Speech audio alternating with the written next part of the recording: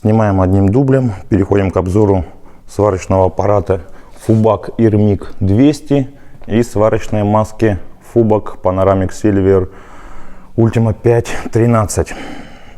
Данное оборудование с виду выглядит брутально, красиво. У нас прочный корпус, удобная ручка.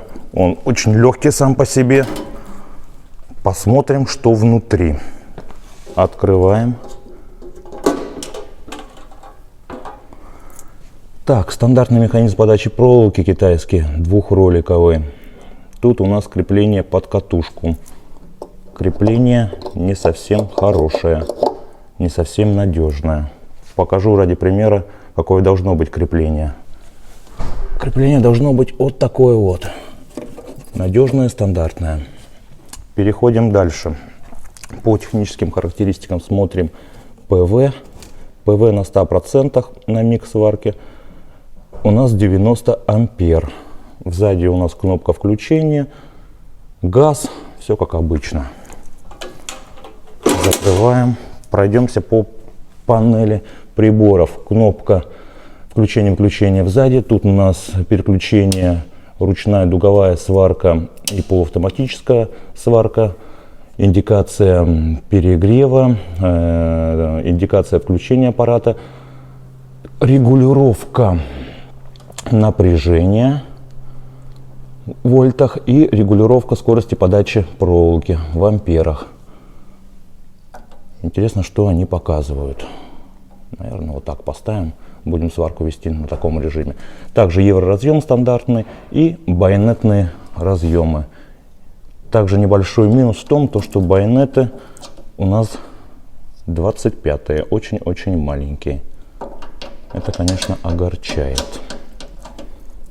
По комплектации. В комплекте шел шланг подачи газа 3-метровый, ну, стандартный.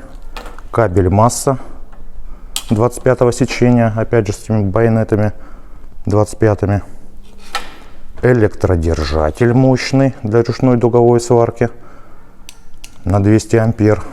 Покажу ради примера электродержатель нормального сварщика. Вот он. Это у нас Fubac шел в комплекте. А это более-менее нормальный электродержатель.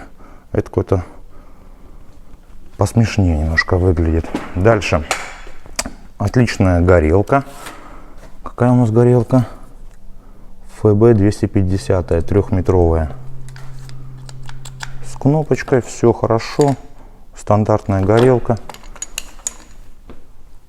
Что еще? Инструкция шла. Инструкция на русском языке. Все хорошо, все отлично. Также бы хотел отметить то, что на данном аппарате нету переключения двухтактного и четырехтактного режима. Это здорово, что есть горелка, но как в четырехтактном режиме варить, это вопрос. Также я не увидел тут регулировку индуктивности, что огорчает. Смотрим дальше. Дальше у нас сварочная маска Fubac. Достанем ее поближе. В комплекте шла инструкция и по одному стеклышку. При выборе сварочной маски одна из основных характеристик — это оптический класс. На коробке оптического класса я, к сожалению, не увидел. Увидел только то, что тут какая-то есть связь с Германией. Тут у нас германский флаг, тут у нас что-то написано про Мюнхен. Интересно, в Мюнхене знают про данный бренд, про данную сварочную маску. То же самое, кстати, и на сварочном аппарате на коробке написано про Германию, про Мюнхен. Завершить по поводу оптического класса. На коробке оптический класс нигде не указан, в инструкции он есть. И самое интересное, оптический класс не указан на светофильтре. Это вызывает небольшие подозрения, как оптический класс не может быть указан на светофильтре. Это основная характеристика. Маска показала себя отлично, но есть пару моментов. Первый момент. То, что маска пришла полностью в разобранном виде. То есть без оголовья, без светофильтров. Пришлось все собирать. Хорошо, что хоть сварочный аппарат пришел целый. Это хорошо. Почему она пришла без оголовья, полностью разобранная? Потому что завозится производителям в Россию в разобранном виде. То есть щитки отдельно, светофильтр отдельно, оголовье отдельно. Тем самым производитель экономит на таможне, то есть он не платит пошлину. Но тут возникает вопрос, как производитель получил сертификат. Невозможно получить сертификат на разобранное изделие, то есть завести запчасти, из них собрать тут что-то наподобие сварочной маски и получить сертификат. Но сертификат у них есть стандартный ТРТС. Хотя это неправильно. Как они его получили, непонятно. Вот он, як у них есть. И на щитке, и на самой коробке они указали як. Это они молодцы, здорово. Только это немножко профанация, как они это сделали. Как я уже говорил, маска себя показала отлично. Оптический класс 3 единички, двойка. Большое смотровое окно, 4 датчика, регулировки задержки и время просветления и чувствительности. Внутри все находятся. Тут у нас вот такая вот регулировка есть. Даже есть режим зачистки. Что еще хотел сказать по щитку. Единственный нюанс заключается в том, что после 2 дней работы светофильтр треснул. Сейчас я вам покажу. Будет видно, не будет. Он треснул внутри. То есть это был не удар, а просто трещина. Так, сейчас тут плохо видно, он не фокусирует камеру. Я приложу фотографию трещины этого светофильтра. А вот ее вот так вот видно. Хорошо, фотографию потом чуть попозже приложу в конце видео треснутого светофильтра. Ну, будем разбираться, будем менять, наверное, по гарантии.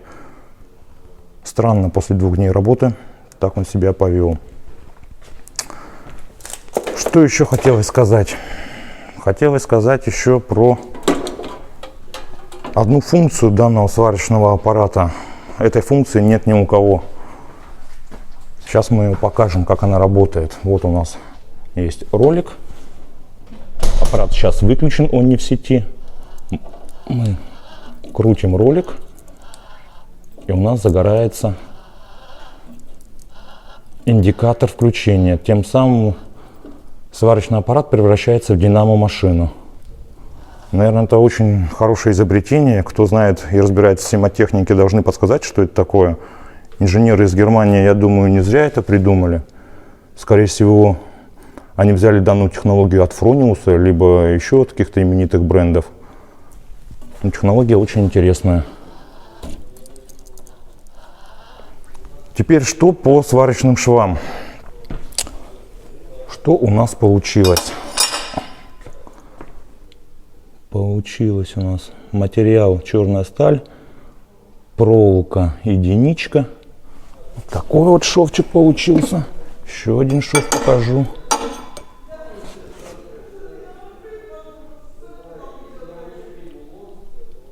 Также небольшой нюанс. Данные сварочные швы получились не на этом аппарате, потому что на этом аппарате нет регулировки индуктивности и невозможно добиться тонкой настройки. Эти швы получились на настоящем немецком оборудовании, только, к сожалению, не на этом. Швы сварочные с этого оборудования не будем показывать, чтобы производитель на нас не обиделся. В принципе, все. Вот на весь обзор. Аппарат приобрели за 31 тысячу рублей, а маска сварщика Фубок Панорамик 7400 стоила. За такие деньги отличный выбор. Всем пока.